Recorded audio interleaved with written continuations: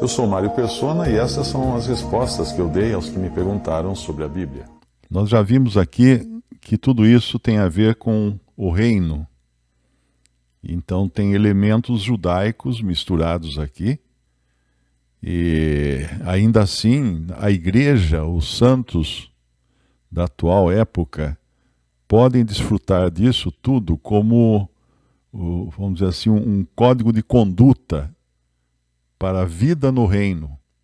O reino, quando Cristo veio, o reino estava aqui entre os discípulos, porque o rei estava entre eles. No momento que ele partiu, o reino continuou aqui, mas em mistério, como fala lá em Mateus 13, dos mistérios do reino. Então estamos hoje vivendo um reino em mistério.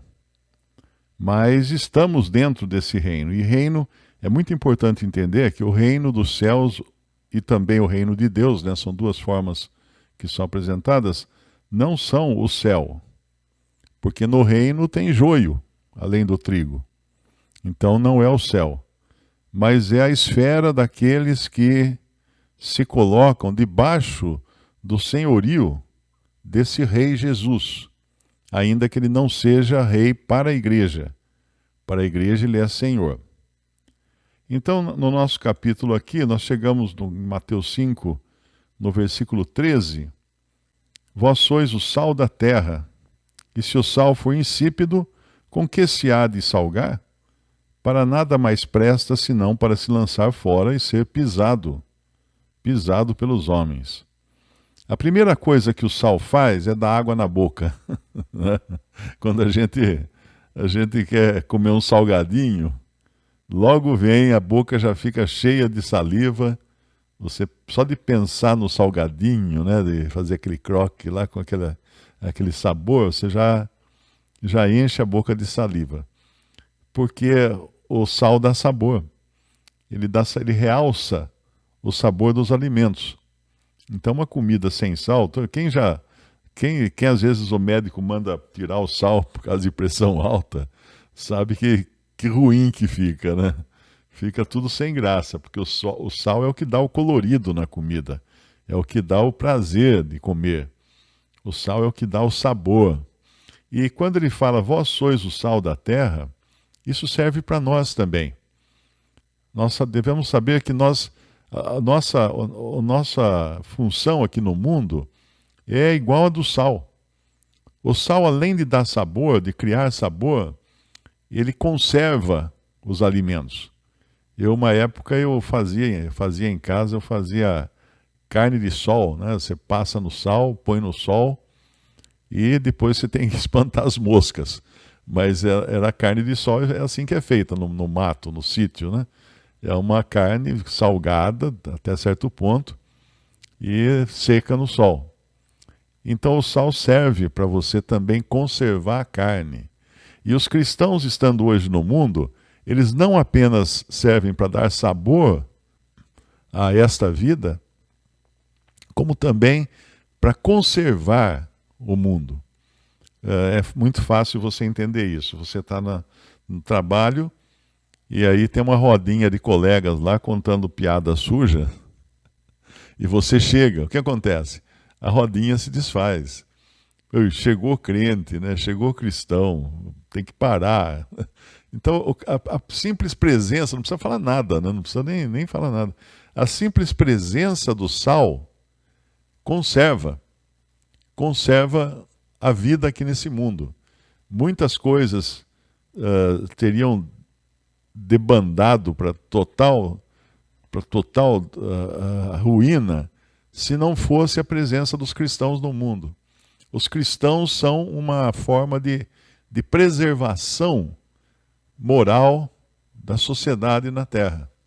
Então vós sois o sal da terra. Se o sal for insípido, ou seja, não tiver sabor nenhum, não serve para nada. Então, se a minha vida aqui não tem qualquer sabor, se as pessoas não conseguem enxergar em mim uma alegria de viver, uma certeza de salvação eterna, uma conduta correta, se não conseguem enxergar em mim isso, tem alguma coisa errada com esse sal aqui. Agora, o sal ele não força, ele não precisa se impor, não é? O saleiro não pula não pula da mesa para sua salada. Você que tem que colocar a quantidade certa de sal. A mesma coisa a luz, que ele vai falar em seguida, vós sois a luz do mundo. A luz também, ela não se impõe. A luz faz o quê? A luz ilumina. Você acende a luz, ilumina. Apaga a luz, ela volta à escuridão.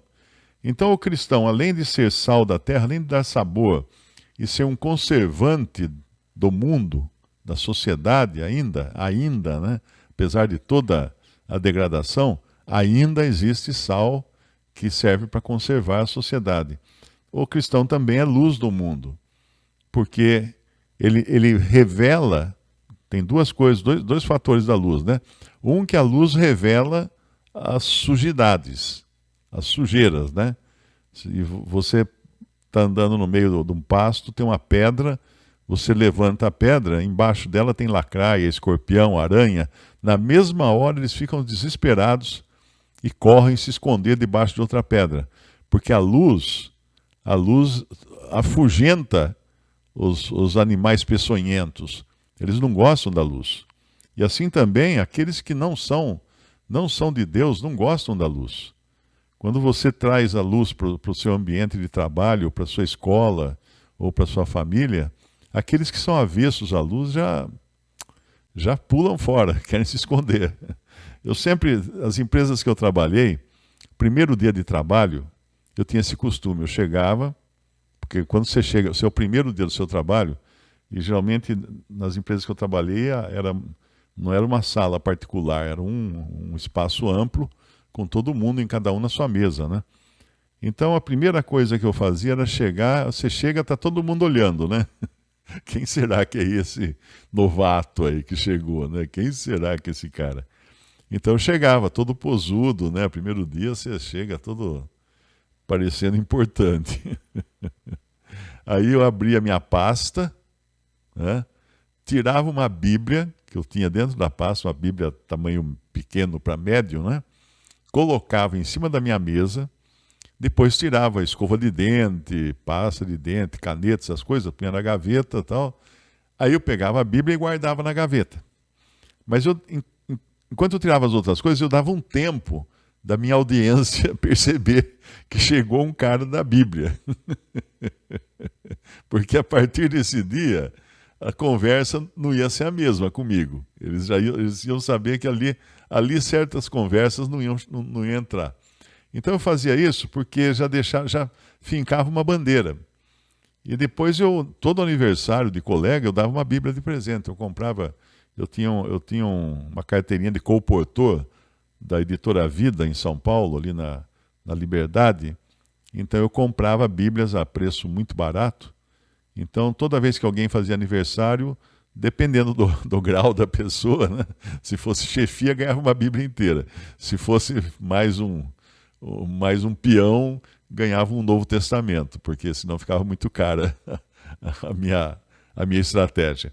Mas você como luz e como sal, você acaba criando a sua imagem nessa terra e de alguma forma influenciando as pessoas ao seu redor. E o cristão tem essa capacidade, essa qualidade de salgar, de dar sabor à vida das pessoas. A pessoa, quando vê um cristão, ela tem que ficar curiosa, ela tem que falar assim, mas o que esse cara tem que é diferente? Ele está alegre, ele passa por problemas, ele fica alegre, ele não desespera, ele não... Então, é até uma coisa que a gente tem que estar em comunhão com o Senhor o tempo todo para ter esse tipo de comportamento, porque esse é o comportamento que cabe a um cristão. Nós vimos um pouco antes, no versículo 12, exultai e alegrai-vos. Exultai e alegrai-vos. Então, exultação e alegria é marca registrada no cristão. É muito estranho um cristão que vive emburrado, triste, amargurado, reclamando da vida, aquele cristão tipo a hiena, né, do desenho animado. Ó dia, ó vida, eu sei que não vai dar certo. Tem gente, tem irmãos que são assim, dá vontade de bater. Para falar uma linguagem aqui mais popular. Porque tem que dar vontade de sacudir e falar, cara, o que você está fazendo? Você cortou a unha errado e já tá desesperado aí. Então, o nosso testemunho, o testemunho que todo mundo enxerga, muito antes de abrirmos a boca, é o nosso comportamento, a nossa conduta. E ela tem que ser condizente com sal e com luz. Porque o Senhor Jesus, mesmo o Senhor, ele se declarou a luz do mundo, né? Em João 8, ele fala, eu sou a luz do mundo. Quem me segue não andará em trevas, mas terá a luz da vida. E depois, aqui ele fala, vós sois a luz. Vós sois a luz do mundo. Então nós temos esse privilégio de compartilhar de uma mesma qualidade que ele teve aqui nesse mundo, de sermos luz. É claro que o cristão não é luz, não é o gerador da luz, nós somos os refletores da luz. Nós somos refletores, a luz reflete no cristão, a luz de Cristo. Esse sim é luz, né? E aí as pessoas podem enxergar Cristo em nós se nós estivermos refletindo a luz de Cristo. Mas tem que estar no ângulo certo, né? Na direção certa. Eu me lembro de ter lido que os primeiros astronautas que chegaram na Lua deixaram lá uns jogos de espelhos, estão lá até hoje, né? São uns espelhos, umas placas com vários espelhos, porque assim, aqui da Terra, eles mandam um laser, eles apontam um laser até onde está esse espelho, e ele bate no espelho, reflete para a Terra, e com isso eles mantêm sempre uma medição para saber se a Terra está se aproximando, se afastando, a Lua está se aproximando, se afastando da Terra. Eles têm feito essa medição constantemente e chegaram à conclusão que a Lua está se afastando da Terra. É que não precisa ficar com medo, não, porque é questão de milímetros, né, que ela se afasta da Terra. Mas se o espelho não estiver no ângulo correto, não vai refletir essa luz. Então o cristão ele tem que estar no ângulo adequado em relação ao seu Senhor, que é a fonte de luz, para ele refletir a luz de Cristo aqui nesse mundo. Visite respondi.com.br. Também 3minutos.net. Baixe os e-books ou adquira os livros.